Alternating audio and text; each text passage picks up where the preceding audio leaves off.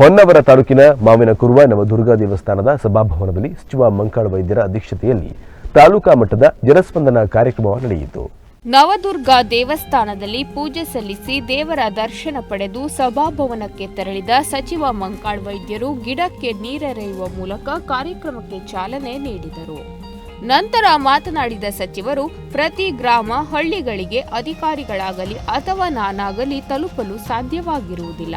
ಆದ್ದರಿಂದ ತಾಲೂಕಿನ ಕಟ್ಟಕಡೆಯ ವ್ಯಕ್ತಿಯನ್ನು ತಲುಪಬೇಕು, ಅವರ ಸಮಸ್ಯೆಗೆ ಸ್ಪಂದಿಸಬೇಕು ಎನ್ನುವುದು ಜನಸ್ಪಂದನದ ಉದ್ದೇಶವಾಗಿದೆ.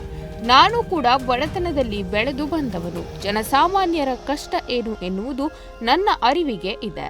ನಿಮ್ಮ ಬೇಡಿಕೆಗಳಿಗೆ ಸ್ಪಂದಿಸುತ್ತೇನೆ. ಆಗುವುದಿಲ್ಲ ಎನ್ನುವುದು ಯಾವುದೂ ಇಲ್ಲ. ಒಂದೊಮ್ಮೆ ಅಂತಹ ಪ್ರಕರಣಗಳಲ್ಲಿ ಯಾಕೆ ನಮ್ಮ ಸಹಾಯ ಆಗುವುದಿಲ್ಲ ಎನ್ನುವುದು ಸಹ ತಿಳಿಸುತ್ತೇನೆ. ನಿಮ್ಮ ಸಮಸ್ಯೆಗಳನ್ನು ನಮ್ಮ ಗಮನಕ್ಕೆ ತನ್ನಿ ಎಂದು ಹೇಳಿದರು.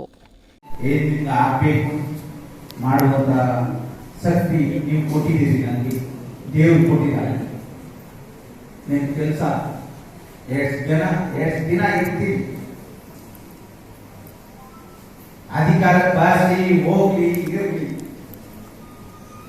ನಿಮ್ ಜೊತೆ ಇರ್ತೀನಿ ನಾನು. ನಿಮ್ ಕೆಲಸ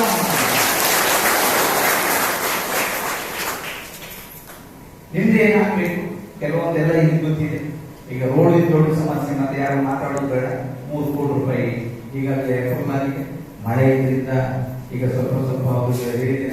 ಈಗ ಎಷ್ಟು ಸಾಧ್ಯ ಆಗ್ತದಷ್ಟು ಮಾಡಿ ಮಳೆಗಾಲ ಮುಗಿದ ತಕ್ಷಣ ನಿಮ್ದು 3 ಕಿಲೋಮೀಟರ್ ರೋಡ್ ಬ್ಯಾಲೆನ್ಸ್ ಇದೆ, 3 ಕೋಟಿ ರೂಪಾಯಿ ಸಂಕ್ಷೇಮ ಮಾಡಿಸಿಕೊಟ್ಟಿದ್ದೇನೆ.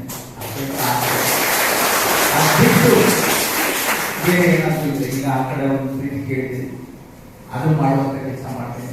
ಸಣ್ಣ ಪುಟ್ಟ ರೋಡ್ ಒಳಗಡೆ ಹೋಗುವಂಥದ್ದು, ಕೆಲವು ಪಾಪ ಗೋಡೆ ಇಲ್ಲ, ಇನ್ನು ದೋಣಿ ಮೇಲೆ ತಿರುಗುವಂತ ಪರಿಸ್ಥಿತಿ ಈ ಊರಲ್ಲಿ ಇದೆ. ನಾನು ಬಂದು ನೋಡಿದ್ದೇನೆ. ಅಲ್ಲೂ ಕೆಲವೊಂದು ರೋಡ್ ಮಾಡಲಿಕ್ಕೆ ಈಗಾಗಲೇ ಪ್ರಾರಂಭ ಮಾಡಿದ್ದೇನೆ. ಮಳೆಗಾಲ ಆದ್ದರಿಂದ ಲೇಟ್ ಆಗ್ಬೋದು ಅಂತ ಹೇಳೋದಿಲ್ಲ. ನಿಮ್ಮಲ್ಲಿ ಏನು ಮೈಂಡ್ ಕೊಡುವ ಬೇಕು ಆ ಕೆಲಸವನ್ನು ನಾನು ಮಾಡ್ತೀನಿ. ಎಲೆಕ್ಷನ್ ಪೂರ್ವದಲ್ಲಿ ಈ ಊರು ನಂದು ಅಂತ ಅದು ಬೇರೆ ಬೇರೆ ಕಾರಣದಿಂದ ಹೇಳಿದ್ದು. ಹೇಗೆ ಬರ್ತಾರೆ ಅಂತ ಕೇಳಿದ್ರು, ಅದಕ್ಕೆಲ್ಲ ಏನೇನೋ ಕಾರಣ ಇದೆ. ಈ ಊರು ನಂದೇ. ಗ್ರಾಮ ಪಂಚಾಯತ್ ಅಧ್ಯಕ್ಷ ಪೀಟರ್ ಮೆಂಡೋನ್ಸಾ ಮಾತನಾಡಿ, ಇಂದು ಸಚಿವರು ನಮ್ಮ ಗ್ರಾಮಕ್ಕೆ ಬಂದು ಜನಸ್ಪಂದನ ನಡೆಸಿರುವುದು ಸಂತಸದ ವಿಚಾರ. ಗ್ರಾಮಸ್ಥರ ಪರವಾಗಿ ಅಭಿನಂದಿಸುತ್ತೇನೆ ಎಂದರು. ಗ್ರಾಮದ ಕೆಲವು ವಾರ್ಡ್ಗಳಿಗೆ ಇನ್ನೂ ರಸ್ತೆ ಸಂಪರ್ಕ ಸರಿಯಾಗಿಲ್ಲ, ಕಾಂಕ್ರೀಟೀಕರಣ ಆಗಬೇಕು. ಮಾವಿನಕುರುವ ರಸ್ತೆ ಮಂಜೂರಿಯಾಗಿದೆ.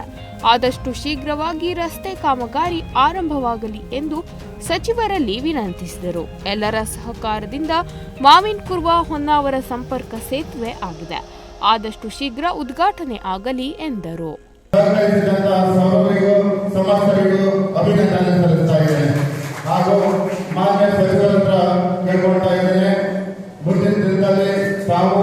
ಸಂಬಂಧಪಟ್ಟ ಅಧಿಕಾರಿಗಳೊಂದಿಗೆ ಉದ್ಘಾಟನೆ ಕಾರ್ಯಕ್ರಮವನ್ನು ಇಟ್ಕೊಳ್ಬೇಕಂತ. ಬೇರೆ ಮಾಹಿತಿಯಲ್ಲಿ ಇನ್ನೊಂದು ಪ್ರತಿಮಾ ಪೀಳಿಗೆ ಇದ್ದು ಆದ ಮೇಲೆ ನಮ್ಮ ಮಾಹಿತಿ ಮುಖ್ಯ ರಸ್ತೆ ಈಗಾಗಲೇ ಸಚಿವರು ಹೇಳಿದ ಹಾಗೆ 3.5 ಕಿಲೋಮೀಟರ್ ರೋಡನ್ನು 3 ಕೋಟಿ ವೆಚ್ಚದಲ್ಲಿ ಬರುವ ಅಕ್ಟೋಬರ್ ತಿಂಗಳಲ್ಲಿ ಅದನ್ನು ಮುಗಿಸಿಕೊಡ್ತಾರಂತ ಹೇಳಿದ್ದಾರೆ. ಈಗಾಗಲೇ ಟೇಬಲ್ ಆಗಿದೆ ಅಂತ ನಮ್ಮ ಗಮನಕ್ಕೆ ಬಂದಿದೆ. ಅದಕ್ಕಾಗಿ ಈ ಒಂದು ಸಂದರ್ಭದಲ್ಲಿ ಸಹಕರಿಸಿದಂತಹ ನಮ್ಮ ಸಚಿವರಿಗೆ, ಪಿಡಬ್ಲ್ಯೂಡಿ ಮಿನಿಸ್ಟರ್ಗಳಿಗೆ ಹೃತ್ಪೂರ್ವಕ ಅಭಿನಂದನೆ ಸಲ್ಲಿಸ್ತಾ ಇದ್ದೇನೆ. ಏನೇ ಇರಲಿ, ಯಾವುದೇ ವಿಚಾರ ಇರಲಿ, ಒಳ್ಳೆದು ಮಾಡೋದ್ರ ಜೊತೆಗೆ ದೇವರು ಇದ್ದಾರೆ ಹೇಳುವಂತ ವಿಚಾರ ಸತ್ಯ. ಸಮಾಜದಲ್ಲಿ ನೋಡುವಂತಹ ಇದೇ ವೇಳೆ ಸಚಿವರು ವಿವಿಧ ಯೋಜನೆಯಡಿ ಪಿಂಚಣಿ ಯೋಜನೆಗೆ ಅರ್ಹರಾದ ಫಲಾನುಭವಿಗಳಿಗೆ ಆದೇಶ ಪತ್ರ ವಿತರಿಸಿದರು. ಸಚಿವ ಮಂಕಾಳ ವೈದ್ಯ ಅವರನ್ನು ಗ್ರಾಮ ಪಂಚಾಯತ್ ಹಾಗೂ ಗ್ರಾಮಸ್ಥರಿಂದ ಸನ್ಮಾನಿಸಿ ಗೌರವಿಸಲಾಯಿತು. ನಂತರ ವೈಯಕ್ತಿಕ ಹಾಗೂ ಸಾರ್ವಜನಿಕ ಸಮಸ್ಯೆಗಳೊಂದಿಗೆ ದಾಖಲಾತಿ ಸಮೇತ ಮನವಿ ಪತ್ರದ ಮೂಲಕ ಜನಸಾಮಾನ್ಯರು ಸಚಿವರೊಂದಿಗೆ ಮಾತನಾಡಿದರು. ಜನತೆ ವಿವಿಧ ರೀತಿಯ ಸಹಾಯ ಸಹಕಾರ ಹಾಗೂ ಸಮಸ್ಯೆಗಳನ್ನು ಹೇಳಿಕೊಂಡರು. ಮಕ್ಕಳು, ವಿಕಲಚೇತನರು, ಜನರು, ವಯೋವೃದ್ಧರೊಂದಿಗೆ ಸಚಿವರು ಪ್ರೀತಿಯಿಂದ ಮಾತನಾಡಿಸುತ್ತಾ ಅವರ ಮನವಿ ಆಲಿಸಿದರು. ಜನಸ್ಪಂದನದಲ್ಲಿ ಜನರಿಂದ ಬಂದ ಕೆಲಸವಷ್ಟು ಮನವಿ ಹಾಗೂ ಬೇಡಿಕೆಗಳಿಗೆ ಅಧಿಕಾರಿಗಳೊಂದಿಗೆ ಮಾತನಾಡಿ ಸ್ಥಳದಲ್ಲಿಯೇ ಸ್ಪಂದಿಸಿದರು. ಇನ್ನೂ ಕೆಲವಷ್ಟನ್ನು ಶೀಘ್ರವಾಗಿ ಮಾಡಿಕೊಡುವ ಭರವಸೆ ನೀಡಿದರು.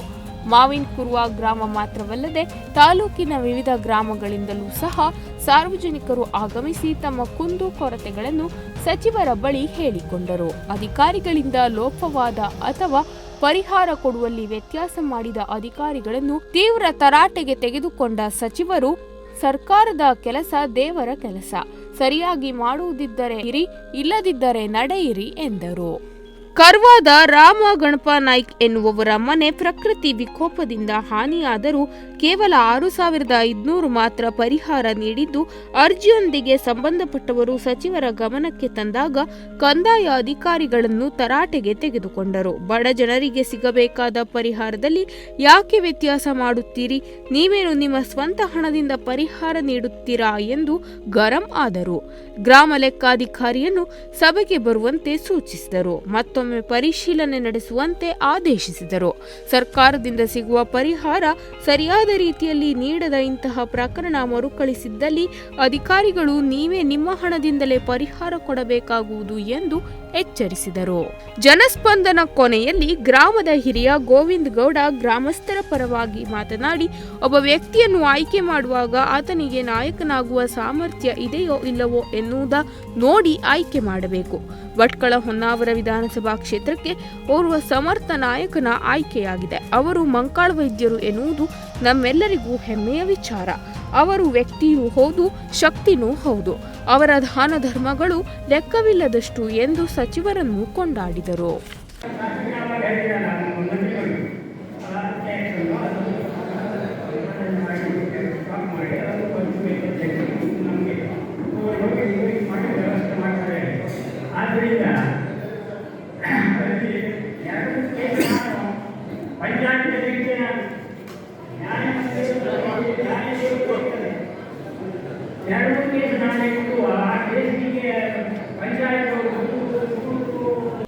ವೇದಿಕೆಯಲ್ಲಿ ಭಟ್ಕಳ ಉಪವಿಭಾಗದ ಸಹಾಯಕ ಆಯುಕ್ತೆ doctor Nayana, DySP Mahesh K, tahsildar Raviraj Dixit, grade 2 tahsildar Usha Pavaskar, taluka panchayat ಪ್ರಭಾರ ಕಾರ್ಯನಿರ್ವಹಣಾಧಿಕಾರಿ ಕೃಷ್ಣಾನಂದ್ ಕೆ, ಗ್ರಾಮ ಪಂಚಾಯತ್ ಉಪಾಧ್ಯಕ್ಷೆ ಸವಿತಾ ನಾಯ್ಕ್, ಯುವಜನ ಕ್ರೀಡಾಧಿಕಾರಿ ಸುದೀಶ್ ನಾಯ್ಕ್ ಉಪಸ್ಥಿತರಿದ್ದರು. ನಾಗರಾಜ್ ನಾಯ್ಕ್, ನುಡಿಸಿರಿ ನ್ಯೂಸ್, ಹೊನ್ನಾವರ.